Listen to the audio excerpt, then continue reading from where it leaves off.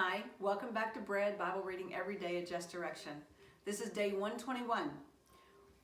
When you joined me yesterday, I was thinking today was going to be May Day, but we have one more day in the month. We don't want to get ahead of ourselves. So anyway, we're going to continue reading today, starting in chapter 20 through 23. We'll be reading 4 chapters. When we left off yesterday, we were left hanging, and wanting to know what was going to happen next, because David had just defeated in battle the Arameans, and they were afraid of him now.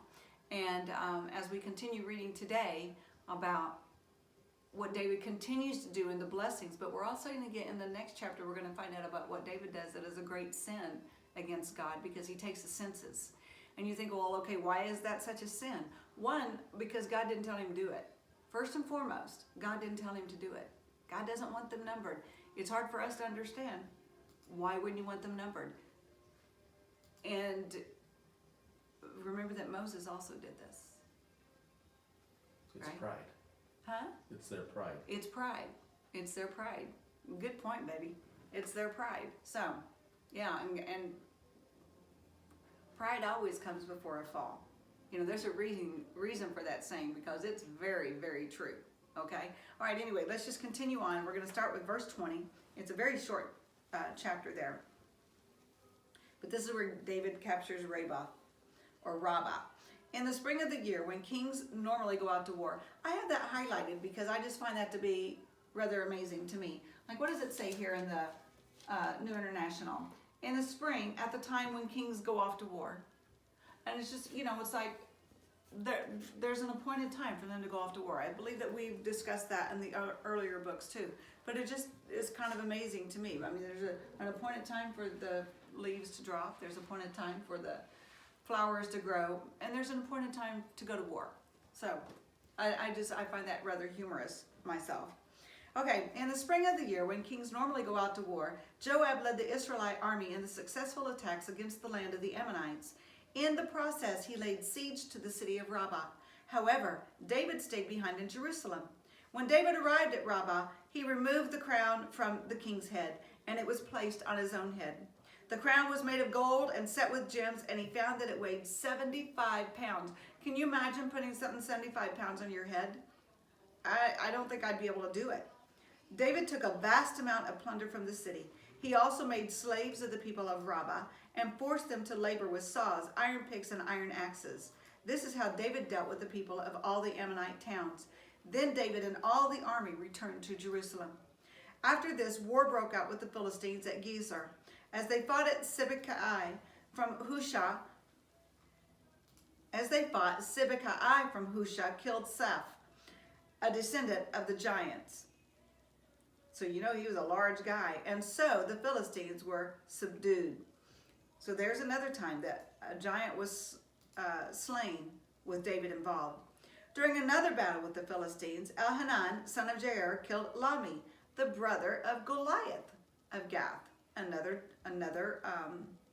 giant. The handle of Lami's spear was as thick as a weaver's beam. And I really don't know how thick that weaver's beam is. But because I don't know which part is the beam, so I don't know if that's the part that it all sits on. But that it had to be really thick. But I keep going down in size because it's probably like that. Because even if you're a giant, it's not going to be like that. But I don't know. That'd be something to look up. Okay, and I love all of this. In another battle with the Philistines at Gath, they encountered a huge man with 6 fingers on each hand and 6 toes on each foot, 24 in all, who was also a descendant of the giants. Side note here, because how I always like to tell you that when you watch movies or television shows, different things, that there's so many things that I recognize that they got that from the Bible. Well, there's a movie called The Princess Bride, and there's the giant. In fact, I think his name is Andre the Giant. Nickname. That's his real name. Yes. Oh. But his real name isn't the Giant. But Andre the Giant. But in the movie, he's the 6-fingered man. When the 6-fingered... No? Oh, no, I'm wrong. Anyway, in The Princess Bride, they have the 6-fingered man and the six-toed, I think, man.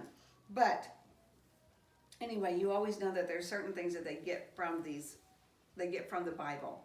But when he defied and taunted Israel, he was killed by Jonathan, the son of David's brother, Shemaiah. These Philistines were descendants of the giants of Gath, but David and his warriors killed them. They killed the giants, the descendants of Gath. Okay, chapter 21. Satan rose up against Israel and caused David to take a census of the people of Israel. Notice that, and you can highlight that. Satan rose up against Israel. So David said to Joab and the commanders of the army, take a census of all the people of Israel from Beersheba in the south to Dan in the north, and bring me a report so I may know how many there are. But Joab replied, may the Lord increase the number of his people 100 times over. But why, my lord the king, do you want to do this? Are they not all your servants? Why must you cause Israel to sin? But the king insisted that they take the census. So Joab traveled throughout all Israel to count the people. Then he returned to Jerusalem and reported the number of people to David. There were 1,100,000 warriors in all Israel who could handle a sword. That's just the warriors. And 470,000 in Judah. But Joab did not include the tribes of Levi and Benjamin in the census because he was so distressed at what the king had made him do. So he's not even getting a full count, and this does not include women and children. God was very displeased with the census, and he punished Israel for it. Then David said to God, I have sinned greatly by taking this census. Please forgive my guilt for doing this foolish thing. Then the Lord spoke to Gad, David's seer. This was the message. Go and say to David, this is what the Lord says. I will give you 3 choices. Choose one of these punishments, and I will inflict it on you. So Gad came to David and said, these are the choices the Lord has given you.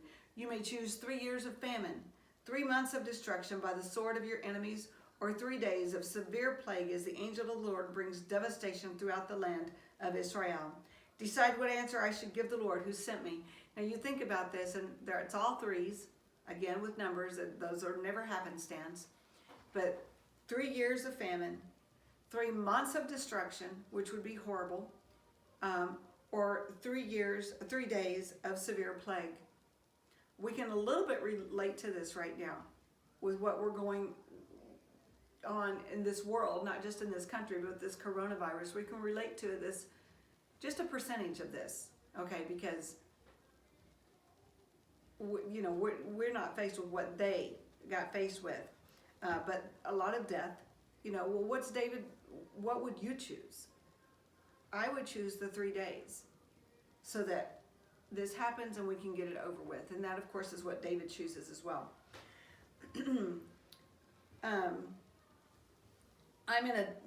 Verse 13. I'm in a desperate situation, David replied to Gad, but let me fall into the hands of the Lord, for his mercy is very great. Do not let me fall into human hands. And I love that. David recognizes God's mercy.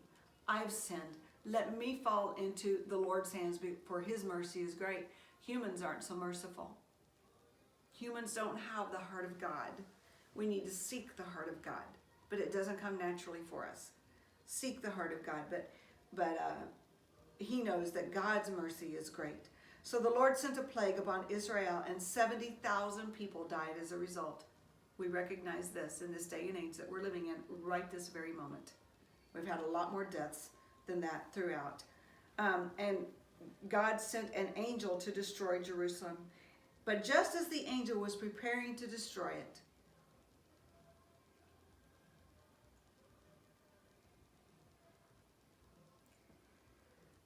the Lord relented. We read about times that God changes his mind. And here, again, the Lord relented and said to the death angel, stop, that is enough. Stop, that is enough. At that moment, the angel of the Lord was standing by the threshing floor of Araunah, the Jebusite. Now, underline this too. David looked up and saw the angel of the Lord standing between heaven and earth with his sword drawn, reaching out over Jerusalem, Can you imagine what a painful thing that must have been in his heart to know that? So David and the leaders of Israel put on burlap to show their deep distress and fell face down on the ground. And David said to God, I am the one who called for the census. I am the one who has sinned and done wrong, but these people are as innocent as sheep. What have they done? Oh Lord my God, let your anger fall against me and my family. Do not destroy your people. Oh, to cry out to God. We need to always be in a position of seeking God, but when we fail, and as humans we will fail, we need to be in a position that we cry out to God and recognize our sin. Verse 18, then the angel of the Lord told Gad to instruct David to go up and build an altar to the Lord on the threshing floor of Araunah the Jebusite. So David went up to do what the Lord had commanded him through Gad. Araunah, who was busy threshing wheat at the time, turned and saw the angel there. Now somebody else sees the angel. His 4 sons who were with them ran away and hid. Can you imagine seeing an angel? We don't really even know what angels look like. They could look like you or me, because God sends angels unaware. But I don't think this was different. This was different, and you know that this had to look like a mighty warrior, and it had to be. In my mind, it's a glowing presence. I don't believe that this angel had wings. I don't believe anything like that. But I believe this angel was probably in a white robe and stood there and glowing. You know, just had an aura about them. I don't know. This is my own vision. Yours could be completely different. You know, it's what God shows you or the way you feel about things. But we know that there was something that they recognized that this was an angel. When Araunah saw David approaching,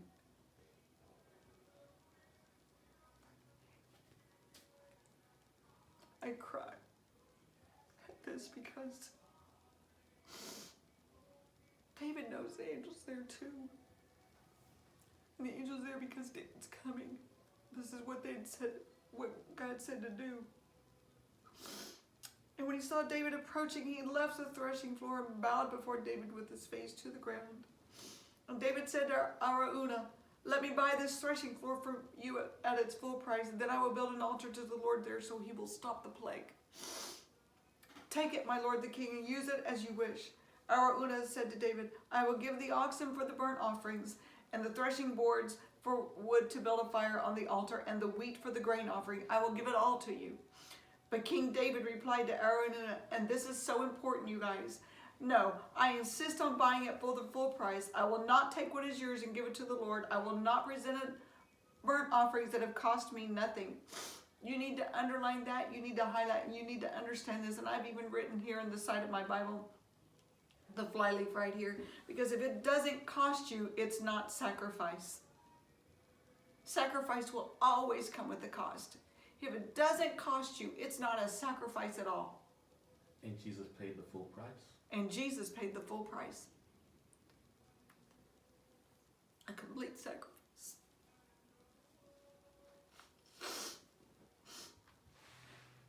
And sacrifice will always come at a great cost. Not only will it cost you, but it's always at a great cost. So David gave Araunah 600 pieces of gold in payment for the threshing floor. David built an altar there to the Lord and sacrificed burnt offerings and peace offerings. And when David prayed, the Lord answered him by sending fire from heaven to burn up the offering on the altar. Can you imagine that? Seeing that? Then the Lord spoke to the angel who put the sword back into its sheath. God answered David's prayer. You can read this story again in 2 Samuel. That's where we read it before. When David saw that the Lord had answered his prayer, he offered sacrifices there at Araunah's threshing floor. At that time, the tabernacle of the Lord and the altar of burnt offering that Moses had made in the wilderness were located at the place of worship in Gibeon. But David was not able to go there to inquire of God because he was terrified. I have that underlined, circled even. Because he was terrified by the drawn sword of the angel of the Lord. that would scare us. That is something to fear. And now the sword has been put back in its sheath. Chapter 22. Then David said, "This will be the location for the temple of the Lord God and the place of the altar for Israel's burnt offerings." So David gave orders to call together the foreigners living in Israel, and he assigned them the task of preparing finished stone for building the temple of God. David provided large amounts of iron for the nails that would be needed for the doors and the gates and for the clamps, and he gave more bronze than could be weighed. He also provided innumerable cedar logs for the men of Tyre and Sidon. For the men of Tyre and Sidon had brought vast amounts of cedar to David. David said, "My son Solomon is still young and inexperienced. And since the temple is to be built for the Lord, must be a magnificent structure, famous and glorious throughout the world, I will begin making preparations for it now." So David collected vast amounts of building materials before his death. Then David sent for his son Solomon and instructed him to build a temple for the Lord, the God of Israel. "My son, I wanted to build a temple. I wanted to build a temple to honor the name of the Lord my God," David told him. "But the Lord said to me, 'You have killed many men in the battles you have fought, and since you have shed so much blood in my sight, you will not be the one to build a temple to honor my name. But you will have a son who will be a man of peace. I will give him peace with his enemies and all the surrounding lands. His name will be Solomon. And I will give peace and quiet to Israel during his reign. He is the one who will build a temple to honor my name. He will be my son, and I will be his father, and I will secure the throne of his kingdom over Israel forever." What is that promise right there? Who is the king over Israel forever? And through the line of David is Jesus.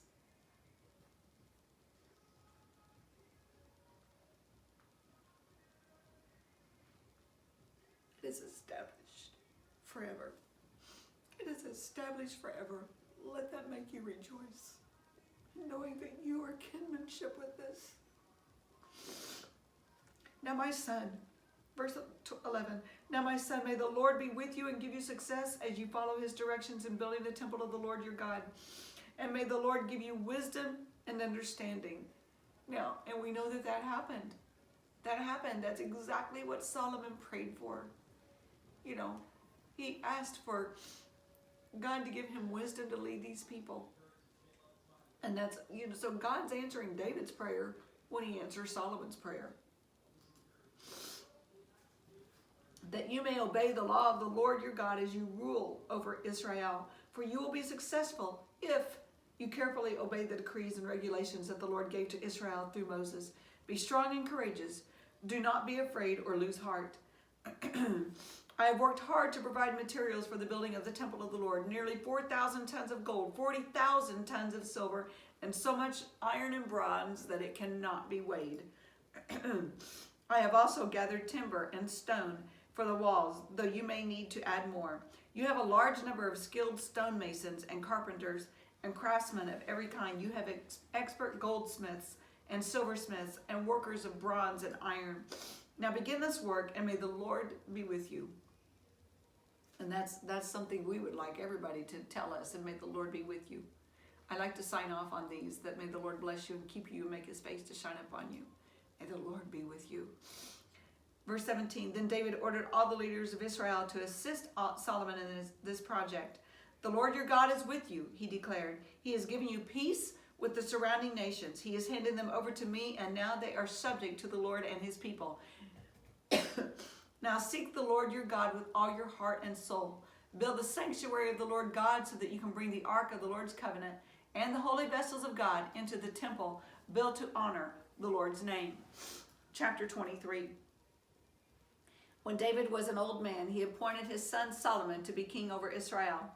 David summoned all the leaders of Israel together with the priests and Levites. All the Levites who were 30 years or older were counted, and the total came to 38,000.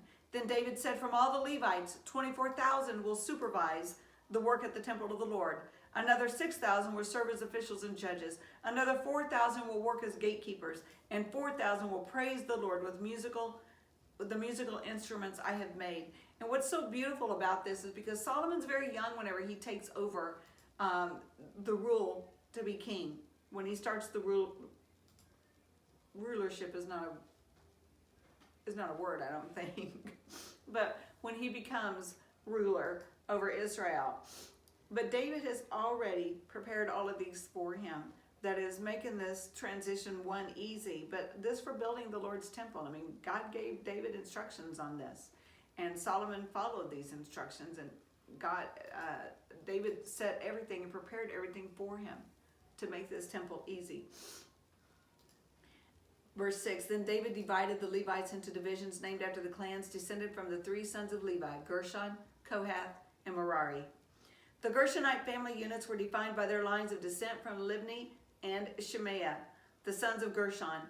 3 of the descendants of Libni were Jehiel, the family leader, Zetham, and Joel. These were the leaders of the family of Libni. 3 of the descendants of Shemaiah were Shelomoth, Haziel, and Haran. 4 other descendants of Shemaiah were Jahath, Ziza, Jeush, and Beriah. Jahath was the family leader, and Ziza was next. Jeush and Beriah were counted as a single family because neither had many sons. 4 of the descendants of Kohath were Amram, Izhar, Hebron, and Uzziel. The sons of Amram were Aaron and Moses. Aaron and his descendants were set apart to dedicate the most holy things, to offer sacrifices in the Lord's presence, to serve the Lord, and to pronounce blessings in his name forever. As for Moses, the man of God, his sons were included with the tribe of Levi. The sons of Moses were Gershom and Eleazar. The descendants of Gershom included Shebuel, the family leader. Eleazar had only one son, Rehabiah, the family leader. Rehabiah had numerous descendants. The descendants of Izhar included Shilemeth, the family leader. The descendants of Hebron included Jeriah,